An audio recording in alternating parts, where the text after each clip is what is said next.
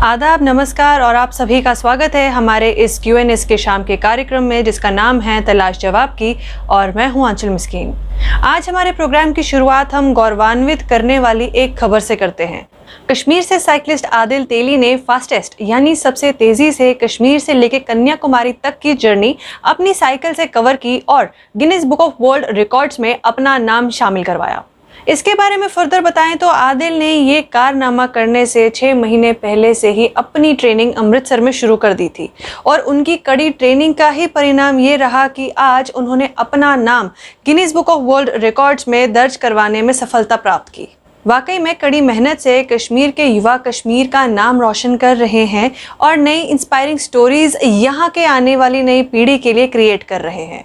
आदिल तेली के अलावा हम आप सभी के लिए आज और 2 इंस्पायरिंग स्टोरीज लेकर आए हैं जिसमें 2 औरतों ने एक मिसाल कायम की।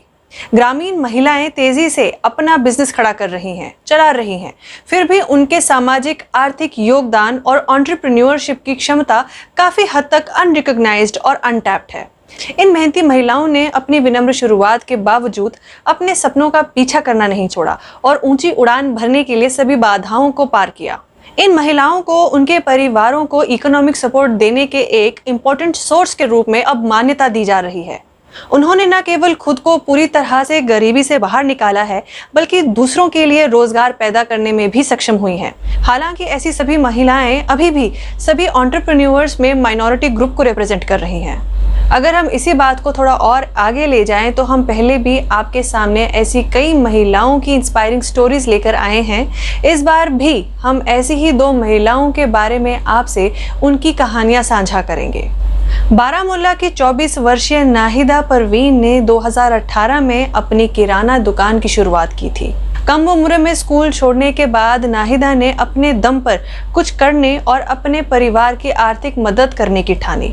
उनका कहना था कि उनके परिवार की आर्थिक स्थिति अच्छी नहीं थी, ज़्यादा पैसे नहीं थे और गरीबी में जी रहे थे। इसीलिए कर्ज लेकर और उम्मीद योजना की सहायता से उन्होंने अपनी ज़रूरतों को पूरा करने के लिए एक छोटी सी दुकान स्थापित की। नाहिदा का व्यापार बिजनेस अब अच्छा चल रहा है क्योंकि किराने की दुकान से होने वाली कमाई से उनका अच्छा जीवन यापन हो रहा है। नाहिदा के परिवार के बारे में बात करें तो उनका एक 8 साल का बच्चा है और वो बखूबी से अपनी दुकान और अपने पारिवारिक मामलों के बीच संतुलन बनाकर रखने में सफल है। वहीं नाहिदा के पति भी उनका हौसला बढ़ाते हुए उनका साथ देते हैं। उनका कहना है कि उन्हें अपने परिवार का पूरा समर्थन मिला और वो बहुत खुश हैं क्योंकि उनकी फाइनेंशियल कंडीशन जो खराब थी अब काफी हद तक पटरी पर आ चुकी है, सुधर चुकी है। नाहिदा एक जॉइंट फैमिली में रहती है और उनके परिवार के सभी सदस्य किराने की दुकान पर निर्भर है और वे इसे काफी अच्छे से संभाल भी रही हैं। वो अपनी दुकान खोलने के फैसले से काफ़ी खुश हैं। हालांकि ये आसान नहीं था लेकिन फिर भी वो डटी रही और उन्होंने इसमें सफलता प्राप्त की। शुरू में उन्हें अपने निर्णय पर भरोसा नहीं था कि ये काम चलेगा या नहीं चलेगा, लेकिन आज वो अपने फैसले पर डटे रहने से खुश हैं क्योंकि आज उनका काम काफ़ी अच्छे से फल फूल रहा है। अपने काम के प्रति जोश और प्रतिबद्धता के कारण नाहिदा ने कम समय में अपने परिवार में स्थिरता लाई।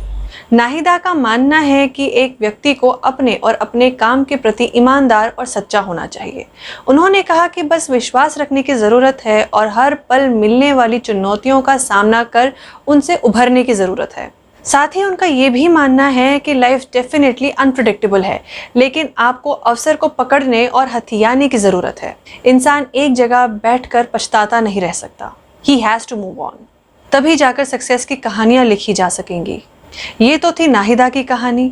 वहीं गांदरबल की 28 वर्षीय एक और महिला हामिदा बानो की कहानी आपको बताते हैं। इन्होंने भी हायर सेकेंडरी की पढ़ाई पूरी करने के बाद कॉलेज छोड़ दिया था। हामिदा ने उम्मीद योजना की मदद से 2013 में डेयरी फार्म का कारोबार शुरू किया था। उन्होंने सिर्फ एक गाय से शुरुआत की जो धीरे धीरे असली दही के बैनर तले मिल्क प्रोसेसिंग यूनिट में विकसित हुआ।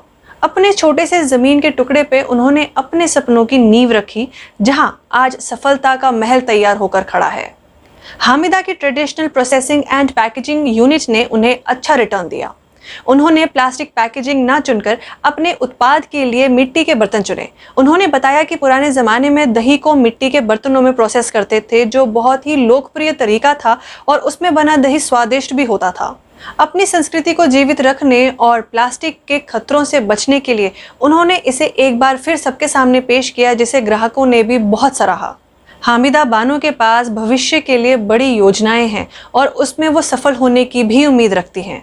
उन्होंने इस क्षेत्र में लोकप्रियता हासिल करने के लिए बहुत मेहनत की है और उनका मानना है कि सफलता बिना किसी शॉर्टकट के धीरे धीरे ही आती है। आज के समय में निशात, शालीमार, ब्रेन, हरवन, इलाही बाग जैसे इलाकों से इन्होंने अपना एक कस्टमर बेस खड़ा किया है। हामिदा को परिवार का अपार सहयोग मिला।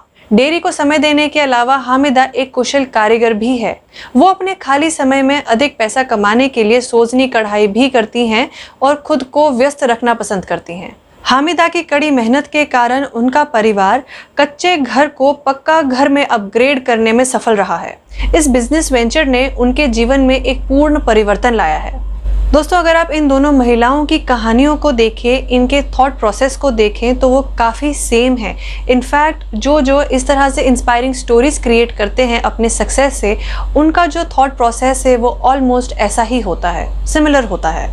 महिलाएं समाज की टॉर्च बेयरर्स हैं। ऐसा कोई काम नहीं है जो वो नहीं कर सकती। हमारे समाज में अभी भी कुछ महिलाएं हैं जिन्हें अपने सपनों को साकार करने के लिए प्रोत्साहन और मार्गदर्शन की ज़रूरत है।